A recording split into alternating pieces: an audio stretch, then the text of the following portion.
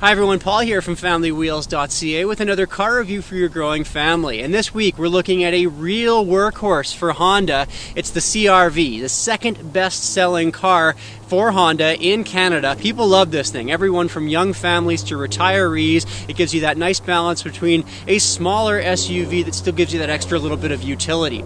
Now, it's been around since the mid-90s. We're into this 5th generation CR-V for 2017, and it really is a totally brand new vehicle. Everything from the new 1.5 liter turbocharged power plant. We've got better looks on the outside. It's a little bit bigger. Standard equipment is much improved, and there's a lot of great safety features that are now coming on many of the trims of this vehicle as well. One other thing to note about this new CR-V is that it's now being built in the brand new Alliston, Ontario plant for Honda, which means that there are some features here in this Canadian edition that you're not going to find down in the States. Let's take a look at this thing a little bit more in depth. We'll go through all of our standardized tests with the new CR-V this week here on Family Wheels.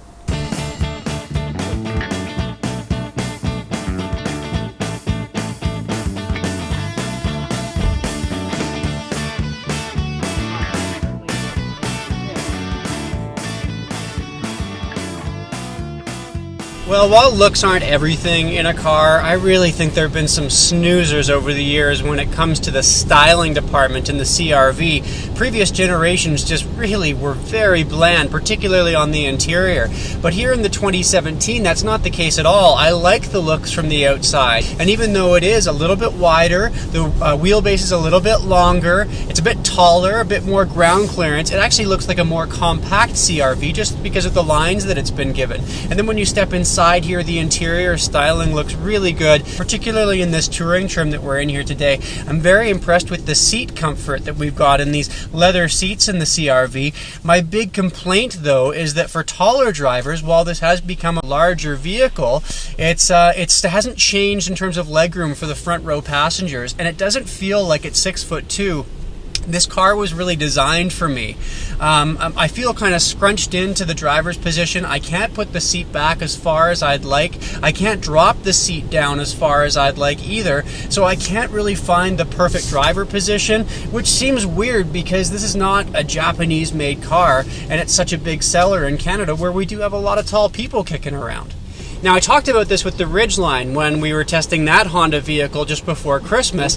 We have some really good standard equipment coming on the Honda Civic, the Ridgeline, and here in the CR-V. Honda seems to have really taken a page from the Korean brands and is upping their game in that front in a big way. So here, on all trims of the CR-V in Canada, we get this 1.5 liter turbocharged power plant. This is exactly the same engine with some tweaks that we're going to see in the Honda Civic. I really liked it in the Civic, and I really like it here. We couple that with a standard continuously variable transmission, and while the CVT does tend to drone just a little bit, the engine note isn't particularly satisfying. The combination between a nice sporty feel and a very fuel efficient ride is really superb here in the CR-V. Also standard in the CR-V is a 7-inch infotainment system screen, which includes Apple CarPlay and Android Auto, but not navigation. But the fact is, you can use your navigation through your smartphone on all trims of this vehicle. So I personally see that we'll probably be getting away from in-house navigation systems from car manufacturers coming up here,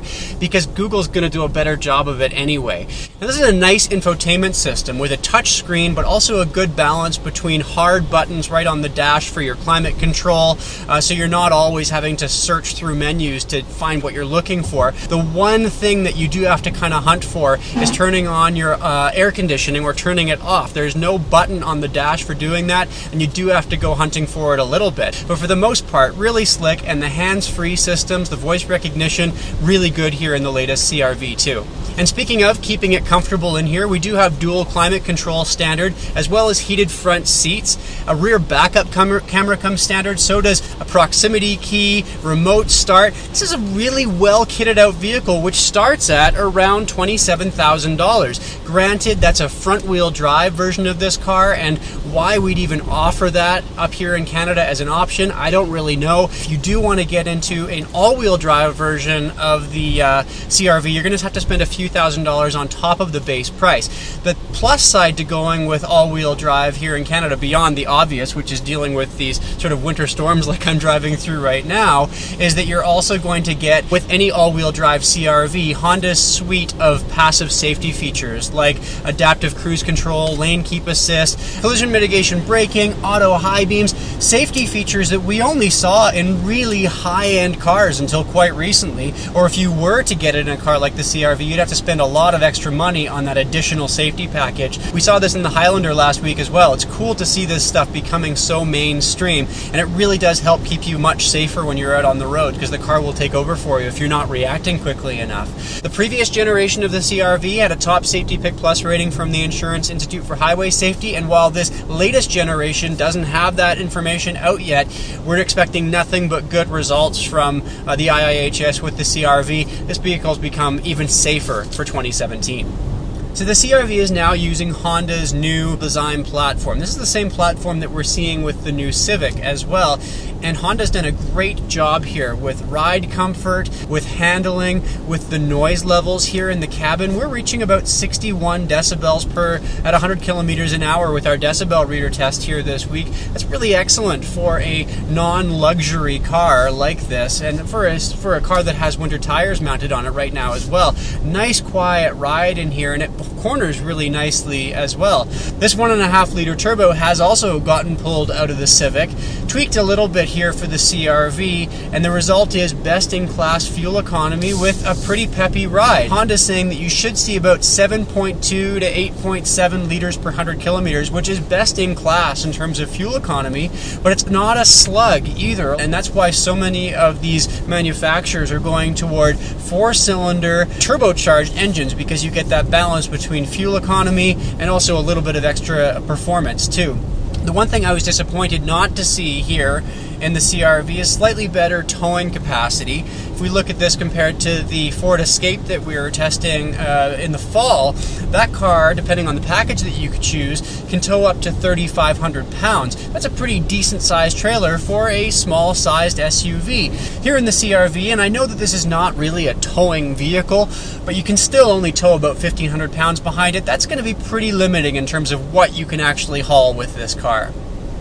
Another thing that I think skews more toward the Civic here in the CR-V than, say, the Pilot or the Ridgeline is the fit and finish here in the interior. While you do get great standard equipment on those two larger vehicles in the Honda lineup, it doesn't feel very high-end in there. A lot of cheap plastics, kind of haphazard button placement, that sort of thing, while the Civic has a beautifully executed interior, and I'm finding the same here in the CR-V. It looks really good. Nice soft touch surfaces, no real cheap plastics to speak of. It's great in here. I like this driver information interface right in front of me. That's a fancy way of saying the instrument cluster, basically. It's entirely digital. It's customizable. It looks far more modern than, say, in the Toyota RAV4, the Toyota Highlander, which looks a little bit, I don't know, old school and dated. The CR-V blows them out of the water. My one complaint about the general fit and finish here on the interior is the shifter knob, which has a rattle to it, which doesn't line up with the rest of the car. And it's something that you're touching so much whenever you get into this vehicle, whenever you're shifting into park or reverse or drive, that you're going to notice it, and it feels like it kind of cheapens the interior a little bit. Another thing that you don't get here in the CR-V that we do see in some of the competitors like the Mazda CX-5, the Kia Sportage, are ventilated seats. Even with this $38,000 touring trim that I'm in here this week, that's the top of the line trim, we do have perforated leather seats, which suggests that perhaps you would have the ventilation function both in the first and second row, but it's just for looks, and that drives me crazy because, as I've talked about before, these perforations might look cool and sporty, but if you don't need them because you don't have the ventilated function in your seats, it's going to be far easier to clean up these seats without all these tiny perforations, because they fill up with all kinds of crud and junk. If you've got family sitting in the back seat of this thing, make sure to throw a towel down, because spills, pudding, yogurt, whatever, it's going to be tough to get out of these seats. Now, while taller drivers in the CR-V might find that they're a little bit squeezed in that driver's position, here in the back seat, we've got some really excellent new improvements for 2017, including 2 inches of additional legroom for second row passengers, and that means that we've got best-in-class legroom here in the CR-V. As well, I've got lots of headroom, which means that for a tall adult, 6'2", I'm really comfortable back here. I'm also sitting in perhaps the most comfortable second row seats that I've ever been in a compact SUV. A couple of other features that are tacked on top of that are unique to the Canadian market include this panorama sunroof, which comes on the touring level trim of the vehicle, helps brighten things up back here a little bit. And then we also have heated second row seats, which are unique to Canada. You can see what I mean here about the attention to detail on the higher level trims. This wood inlay, we've got chrome finishings, soft touch surfaces. They continue right back here into the second row.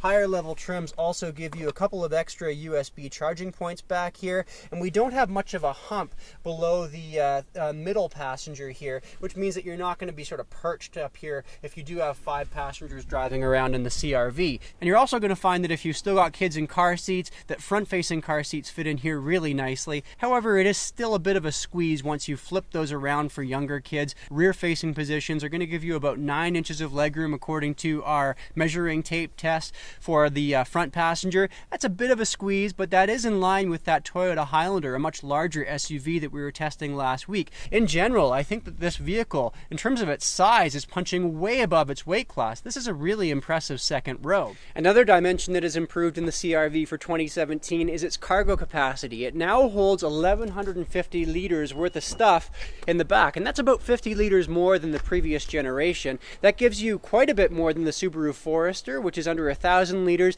and just a little bit more than the Toyota RAV4. But you can see that once we've got that lift gate open, the standardized trunk test that we put in all of our vehicles is gobbled up really nicely here. A stroller, a diaper bag, a couple of bags of groceries, a backpack, and a soccer ball all fit without issue. Something else which is new for 2017 is this easy pull-down system where you can flip the seats down really easily by the pull of that handle. We've seen that in a lot of other competitors, but nice to see that showing up in the Honda brand of vehicles now as well. Well, I had a lot of reading to do when I knew that I was going to be getting this new CR-V, because pretty much everything has changed about this car for 2017. Ride quality is better, it's quieter in here, it's sportier, it's more fuel efficient. Honda has done amazing little things, just tiny little touches and tweaks to make this car better, like this little shutter that closes on the front grille when you get up to highway speed to reduce drag and get better fuel economy and less road noise. Just little things throughout this car with an amazing bang for your buck as well. I'm so impressed with what Honda's done here for its price tag in the CR-V. So they've taken what was a vehicle that already had a huge following and made it so much better for 2017. Certainly the CR-V is more competitive than ever, but I'd love to know what you think on this car. It's your turn to chime in. Please leave a comment below. What are you cross-shopping the CR-V with, and how does it compare? Let us know, and please subscribe while you're at it. You can also check out our bullet point report card on the CR-V by going over to familywheels.ca.